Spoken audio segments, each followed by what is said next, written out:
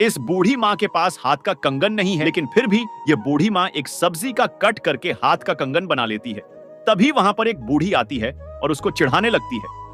बूढ़ी बहुत उदास होकर रोने लगती है, लेकिन वहां पर उसका बेटा आ जाता है और एक दुनिया का सबसे लग्जरी कंगन बनाने का सोचता है। लड़का दुनिया का महंगा लग्जरी कंगन बनाने लगता है। लड़का ने ऐसा कंगन बना डाला जिसे देखने के बाद आप भी बोलोगे, अच्छा कंगन बनाया।